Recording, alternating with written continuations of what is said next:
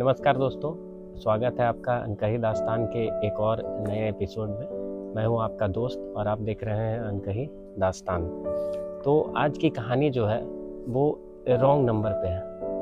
देखिए, wrong number कभी कभी क्या होता है कि लोग नंबर नहीं पहचान पाते हैं या गलती से एक आध डिजिट आगे पीछे हो जाता है तो गलत नंबर मिल जाता है, लग जाता है।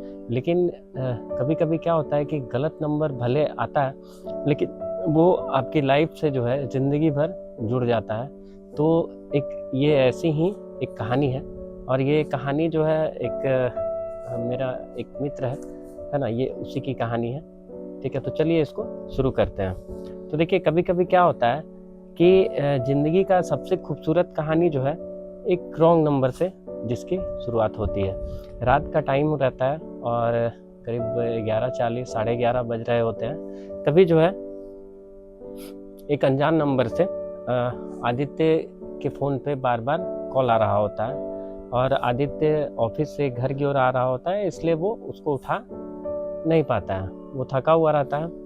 उसके बाद रिटर्न जब वो कॉल करता है और पूछता है कि आप कौन? आपका जो है आपके नंबर से 4 मिस कॉल आया हुआ था। तो मुझे लगा कि कोई इमरजेंसी में मुझे याद कर रहा होगा, है ना, या कोई मुसीबत में होगा, इसलिए मैंने कॉल किया। तो उधर से कुछ सेकंड के लिए खामोशी रही और फिर एक लड़की की आवाज़ आई। ठीक है, वो सॉरी, मैंने गलती से नंबर जो है वो मिला दिया आपका, है ना, ये मेरे दोस्त का नंबर था, गलती से मिला दिया। इसके बाद आदित्य ने कहा कोई बात नहीं, होता है ऐसा। फिर दोनों जो है वो फ़ोन रख देते हैं, है ना। अब फ़ोन कट जाता है। उसके बाद चूँकि आदित्य उसका नाम नहीं पूछा था तो क्या करता है उस नंबर को कि दोबारा अगर उसका कॉल आए तो पता चल सके, 4 मिस कॉल के नाम से सेव कर देता है। इधर लड़की भी जो है रॉन्ग नंबर के नाम से आदित्य का जो नंबर है उसको सेव कर लेती है। दोनों सो जाते हैं, है ना। और लेकिन उन लोगों को ये पता नहीं था कि तकदीर जो है उन लोगों को फिर से मिलाने वाली है। ठीक है, तो देखिए, कहते हैं कि किस्मत हमेशा दरवाज़ा खटखटाकर नहीं आती। किस्मत हमेशा दरवाज़ा खटखटाकर नहीं आती, कभी कभी वो एक गलत नंबर बनकर आती है और जब लौटती है तो किसी अपने का हाथ पकड़कर लौटती है। करीब 3 सप्ताह बाद आदित्य का दोस्त है रोहन और उसकी बर्थडे पार्टी है। उसमें आदित्य को वो इनवाइट करता है और कहता है कि कोई बहाना नहीं चलेगा, तुमको आना ही होगा। शाम को पार्टी शुरू होती है, आदित्य पहुंचता है वहाँ पे, है ना। और जैसा कि होता है बर्थडे पार्टी वगैरह में हंसी मजाक चलते रहता है ना। तो कुछ देर बाद जो है रोहन देखता है कि एक लड़की जो है वो आई, उसको भी रोहन ने जो है उसको भी इनवाइट किया था, तो वो आई। तो चूँकि वो रोहन की दोस्त थी तो वो सोचता है कि क्यों ना आदित्य से इसकी दोस्ती करा दी जाए, क्योंकि दोनों उसका सोचना था कि दोनों एक ही शहर में है ना, तो दोनों की दोस्ती हो जाएगी तो अच्छा रहेगा। तो खाने पीने का टेबल पे सब खाना वाना खाते हैं, केक वेक कटता है ना। तो रात के आखिर में रोहन कहता है कि तुम दोनों अच्छे दोस्त बन सकते हो, है ना, नंबर एक्सचेंज कर लो। तो क्या है कि लड़की जैसे ही आदित्य का नंबर सेव करना चाहती है और आदित्य भी उसका नंबर सेव जैसे ही करना चाहता है तो देखता है कि अरे ये तो नंबर पहले से सेव है, एक में 4 मिस कॉल और एक में रॉन्ग नंबर कह के, है ना। तो दोनों हंस पड़ते हैं कि अरे आप। तो इस तरह से दोनों की का जान पहचान जो है वो शुरू होता है। ठीक है, आदित्य कहता है कि आप वही है ना जिन्होंने मुझे आधी रात को 4 मिस कॉल किए थे। कहती है कि हाँ, गलती से लग गया था। तो देखिए, कुछ लोग हमारी ज़िंदगी में दस्तक देकर नहीं आते, वो बस एक छोटी सी गलती बनकर आते हैं, फिर वही गलती उम्र भर की खूबसूरत यादें बनकर रह जाती है। तो देखिए, कुछ रिश्ते जो है वो रोज़ मिलने से नहीं बनते, बल्कि एक दूसरे के लिए सही समय पर खड़े रहने से भी रिश्ते जो है वो बनते हैं।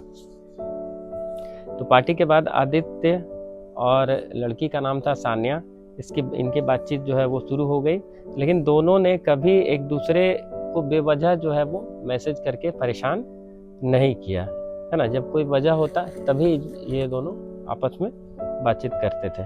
तो करीब 10 बजे का समय होगा, 8-10 दिन बाद, है ना। दोपहर का समय था और सान्या अपने कार से जो है वो ऑफिस जा रही थी, है ना। तो अचानक उसकी कार जो है सुनसान सड़क पे खड़ी हो गई, ख़राब हो गई। तो उसने रोहन को कॉल किया, ठीक है। तो रोहन ने बोला कि आदित्य भी जो है उसी एरिया में है, तो मैं उसको कॉल करता हूँ, वो तुम्हारी मदद कर देगा, ठीक है। क्योंकि रोहन उस समय मीटिंग में था और वो उस समय नहीं आ सकता था तुरंत, तो उसने आदित्य को कॉल किया। करीब 10 मिनट बाद एक बाइक आकर रुकी सानिया की कार के पास, है ना। और हेलमेट उतारा और वो आदित्य था, और हंसते हुए कहा कि मुझे लगा ये सानिया कहती है कि मुझे लगा आदित्य मजाक कर रहा है ना।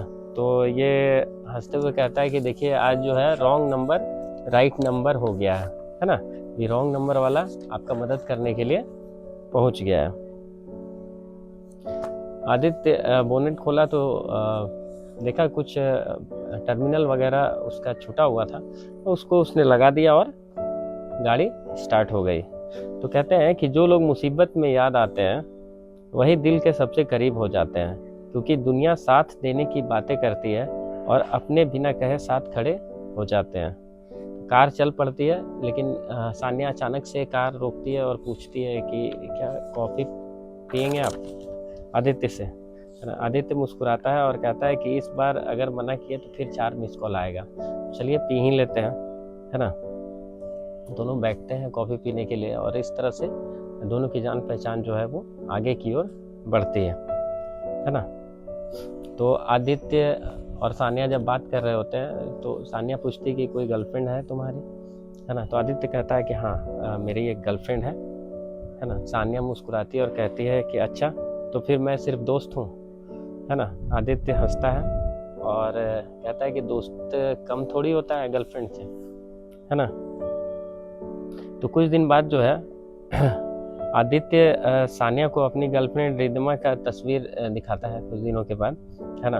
और उसके बाद उससे मिलाता भी है रिद्धिमा से। और लेकिन क्या है कि वो ज़्यादा देर मिल नहीं पाती है, वो बस सिर्फ हाय हेलो होता है, वो वहाँ से निकल जाती है।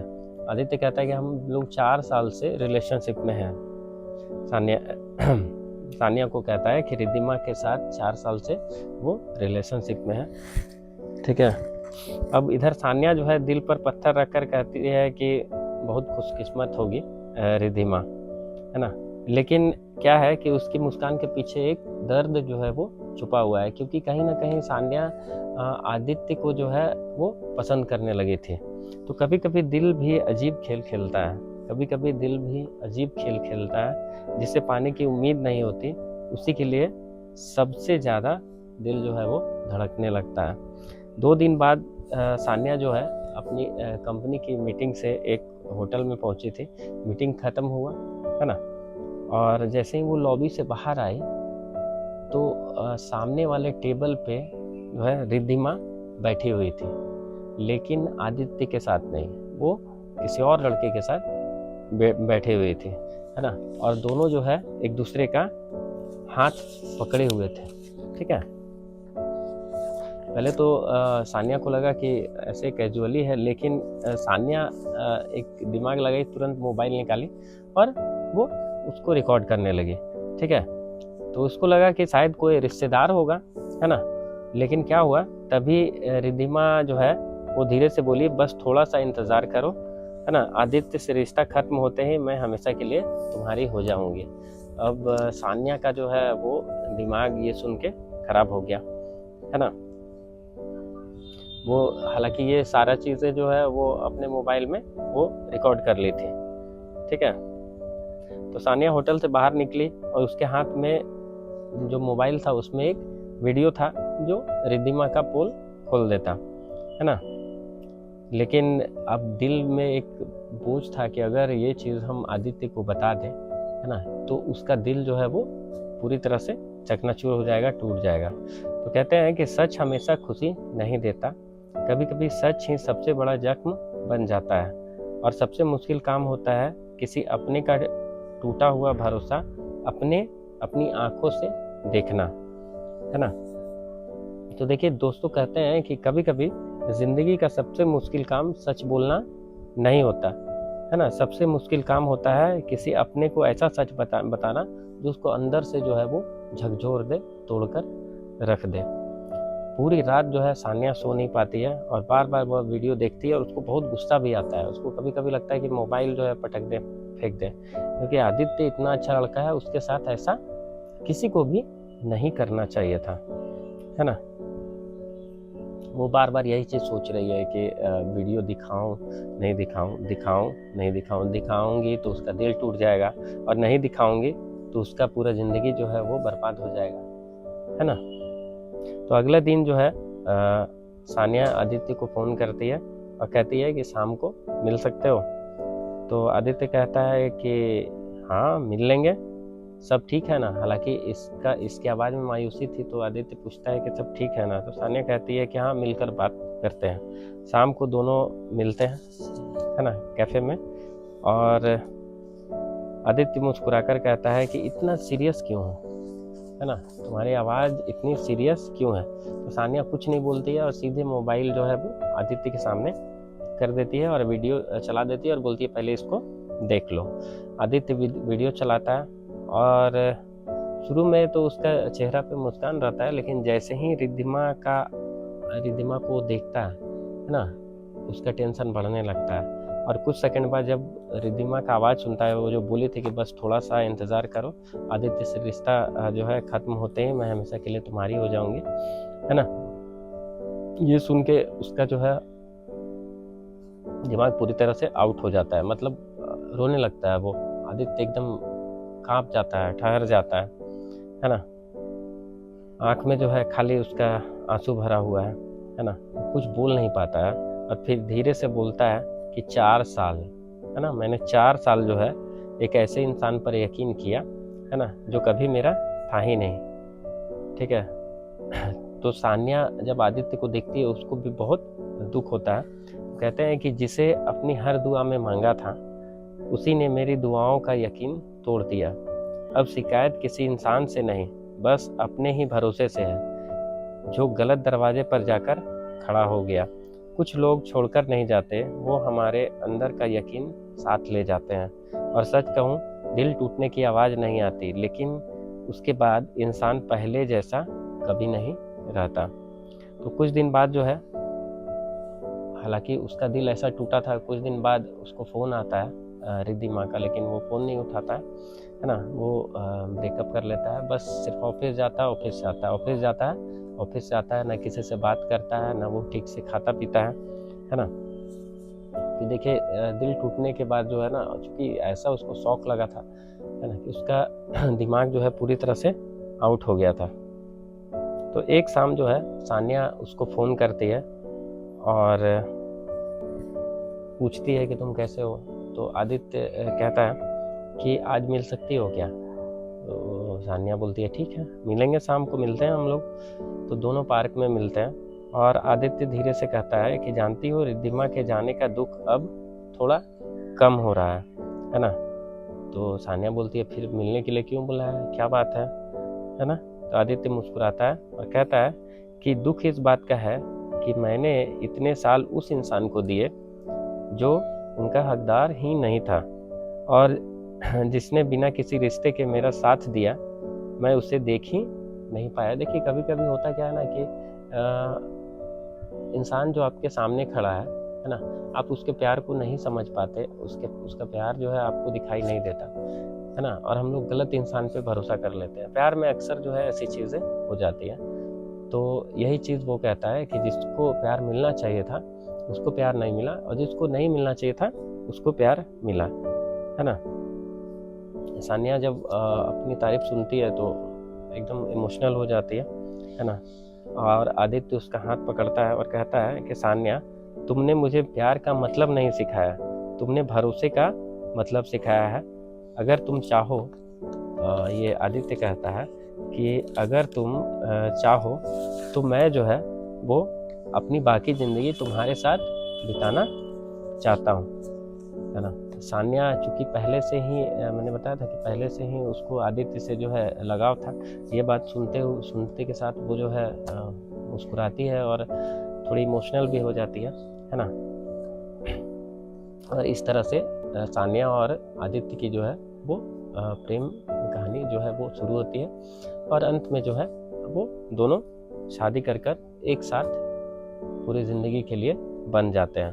तो कहते हैं मोहब्बत उसे मत कहना जो सिर्फ अच्छे दिनों में साथ चले।